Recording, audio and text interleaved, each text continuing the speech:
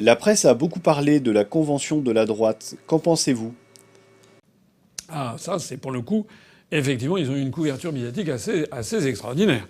La convention de la droite, l'union de la droite, de Madame Marion Maréchal, ex-Le Pen, eh bien, on en a beaucoup entendu parler. J'ai vu d'après, d'ailleurs, les gazettes, selon Le Monde, il y avait 1000 personnes, et selon d'autres journaux, ça pouvait être près de 2000 personnes. Donc il y avait un rassemblement entre 1000 et 2000 personnes. Mon Dieu, j'aurais aimé que l'on ait autant de retombées médiatiques que lorsque nous avons, notamment pendant les élections européennes, fait des réunions publiques, notamment à Paris, où il y avait énormément de monde. J'aurais aimé aussi que l'on ait les mêmes retombées médiatiques, notamment à la télévision et sur les grandes chaînes de télévision, lors de notre université d'automne de l'année dernière à Valère, et dans celle que nous aurons d'ailleurs à la fin de la semaine. Bon. Il y a eu des retombées médiatiques telles que d'ailleurs c'était en direct, s'il vous plaît, sur LCI. Le discours était retransmis en direct sur LCI. Ce qui d'ailleurs n'a pas porté chance ni à LCI ni aux organisateurs, puisque le discours d'entrée de cette convention de la droite a été prononcé par Éric Zemmour, qui pendant 20 minutes a fait un discours extrêmement islamophobe. D'ailleurs, tombant sous le coup de la loi, je crois qu'il y a eu plus de 400 signalements qui ont été faits, et je crois que le parquet vient d'ouvrir une enquête pour voir si Éric Zemmour, qui a d'ailleurs déjà été condamné définitivement récemment pour incitation à la haine, je crois que c'est monté jusqu'en cassation, eh bien pour voir s'il va de nouveau être condamné sur cette affaire. En réalité, la convention de la droite, c'était pas du tout la convention de la droite. Parce que Madame Marion Maréchal, ex-Le Pen, qui, paraît-il, alors tout le monde bruisse du fait que c'est une femme tout à fait extraordinaire, et qui, paraît-il, c'est la sauveuse de la France. Et paraît-il que Jacques Attali a dit qu'après Macron, ça serait une femme. Donc il y a beaucoup de gens qui disent alors ça va sans doute être elle. Bon, eh bien Madame Marion Maréchal, ex-Le Pen, n'est parvenue à faire réunir finalement pas grand monde. Le Rassemblement national de sa tantine, Madame Le Pen, Madame Marine Le Pen, qui d'ailleurs je crois s'appelle Marion, il me semble, Le Pen, eh bien le Rassemblement national n'était pas présent, sauf un des chevaux légers du Front national, du Rassemblement national qui était présent sur place et qui a adhéré aux Républicains. Le parti des Républicains n'était pas davantage présent. Ils avaient tous refusé en tant que parti politique de se joindre à cette convention, à cette union de la droite. Donc si vous n'avez une union de la droite, si vous n'avez pas ni le Rassemblement national, ni les Républicains, ni DLF, je ne sais pas très bien qui est-ce qui rassemble. J'ajoute que il y avait des personnalités qui avaient donné leur accord pour venir. Aurélien Taché, le député de En Marche, qui avait été convié, qui s'était rendu célèbre quelques semaines, quelques mois avant les élections européennes en disant que le programme de En Marche était de céder tout ce qui restait de souveraineté nationale à l'Union européenne. Finalement, monsieur Taché eh bien, en fait, s'est décommandé, n'est pas venu. Il est resté simplement le philosophe Raphaël Enthoven qui est allé là-bas et qui, si j'ai bien compris, essayant de faire valoir un petit peu des bémols et la voix de la raison, s'est fait, si j'ai bien compris, assez copieusement insulté. Enfin, voilà ce qu'il en est arrivé de cette convention. Le résultat, c'est qu'il va y avoir... il y a eu des problèmes parce que le LCI a donc diffusé en direct le discours d'Éric Zemmour, que les journalistes de LCI, tout le syndicat des journalistes de LCI a protesté vigoureusement devant un certain nombre de propos qui étaient quand même vraiment plus que limite. On a parfaitement le droit de critiquer l'islam, hein. Que l'on ne me fasse pas passer, parce que je sais que des gens d'extrême droite aiment à me présenter, paraît-il que je serais baboucholâtre, voilà, et que je serais non, je suis pas baboucholâtre, moi j'applique simplement les lois de la République, voilà. Et donc l'islam est une religion comme les autres religions.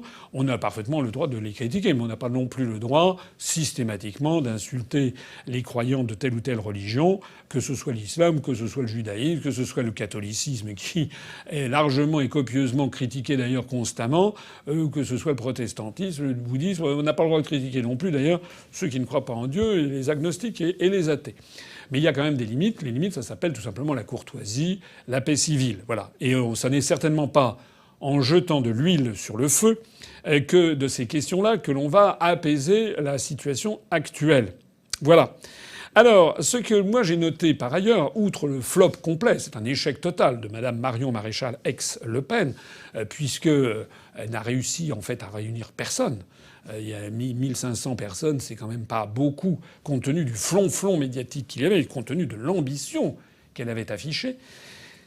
Mais ce que j'ai noté quant à moi, alors je sais pas, j'ai pas regardé tout ça, mais j'ai regardé ce que disaient les gazettes, les journaux, etc. Si j'ai bien compris, cette union de la droite était en fait une union de l'extrême droite et a consisté à fustiger l'islam, à annoncer qu'on allait vers une guerre civile en France à cause de cette religion. Si j'ai bien compris, il n'y a pas eu un mot, pas un mot, sur l'Union européenne, sur les traités européens, sur le fait que c'est désormais au niveau de l'Union européenne que se traitent les questions migratoires, les articles 67, 77 et 78 du TFUE.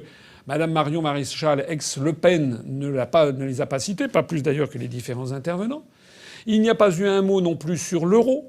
L'euro qui entraîne l'apaupérisation, l'appauvrissement constant des Français, des classes moyennes et les catégories les plus populaires qui versent actuellement dans la misère. L'euro qui nous provoque un taux de chômage extravagant. C'est-à-dire tous ces facteurs, l'appauvrissement, le chômage, la perte des repères notamment de ce qu'est la France, etc., qui sont, à mon avis, des raisons absolument fondamentales dans ce mal de vivre que connaissent les Français. Ce que demandent, et j'en connais beaucoup de nos compatriotes musulmans, c'est tout simplement de vivre une vie normale de Français qui se sont intégrés, sont en train de s'assimiler pour la grande majorité d'entre eux. Pas tous, qu'on me dise, je vois aussitôt des gens qui vont s'exprimer en disant oh là là, il faudrait qu'ils sortent de chez lui. Je fais que ça, sortir de chez moi, figurez-vous. Je passe mon temps à sortir de chez moi, et d'ailleurs sans jamais être accompagné par un garde du corps, et je suis toujours extrêmement bien accueilli. Je vais partout, y compris dans les quartiers, parce que de plus en plus de Français me connaissent, écoutent mes analyses et se rendent compte que nous, à l'UPR, on ne stigmatise jamais personne pour son appartenance à une religion. Nous, on n'est pas là à taper sur les cathos, sur les juifs, sur les musulmans, etc. On n'est pas là à stigmatiser des gens en fonction de leur orientation sexuelle. On n'est pas là à stigmatiser des gens en fonction de leur opinion politique. On est là simplement pour expliquer aux Français que si la situation en France va mal, c'est pour des raisons d'abord et avant tout géopolitiques, macroéconomiques et monétaires qui expliquent la situation. Que l'on sorte de l'Union européenne et de l'euro, que d'un seul coup, on voit réapparaître une fierté naturelle dans notre propre pays. Que la France ne soit plus le larbin des États-Unis, ne crée plus des guerres illégales au Moyen-Orient, en Afrique du Nord. Que la France devienne le porte-parole de la liberté des peuples et des nations. Que la France combatte le deux poids deux mesures en matière de politique internationale. Que la France renoue avec sa tradition d'État qui assure la justice sociale entre les Français. Que la France reprenne, par exemple, tout ce qui a été démoli du droit du travail, le remette en place. Que la France restaure les services publics à la française. À ce moment-là, la France, vous le verrez, d'un seul coup, beaucoup de Français, des Français depuis 30 ou 40 générations comme moi, comme des Français depuis une génération ou depuis 0 génération, vous verrez que beaucoup de Français se reconnaîtront dans ce projet d'un État-nation rajeuni pour le XXIe siècle, un État-nation qui coopère avec l'ensemble des pays du monde et qui est fier de lui-même et fier de son identité nationale. Voilà. Or ça, ce discours-là, ce discours rassembleur, raisonnable, ce discours œcuménique, irénique, si l'on peut, certains diront peut-être, ce discours de paix est le seul qu'un homme d'État doit tenir dans la France d'aujourd'hui. La France d'aujourd'hui et de demain passe par la sortie de l'Union européenne et de l'euro.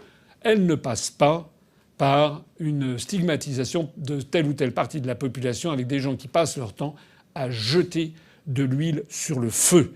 Ce sont des criminels en puissance.